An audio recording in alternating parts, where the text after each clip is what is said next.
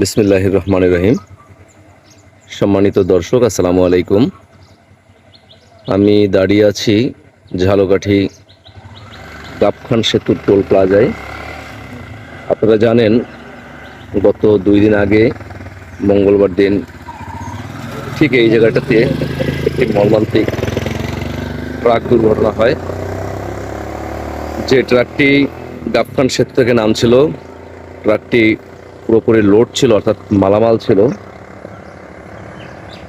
কিছু ড্রাম ছিল, ড্রামের সম্ভবত পিস বা অন্য কিছু থাকতে পারে, তবে পিস ছিল। এই যে সেই পিসের ড্রামগুলি, এই ড্রামগুলি নিয়ে ট্রাকটি নামতেছিল টোল প্লাজার দিকে। তো হঠাৎ করে গাড়ির ব্রেক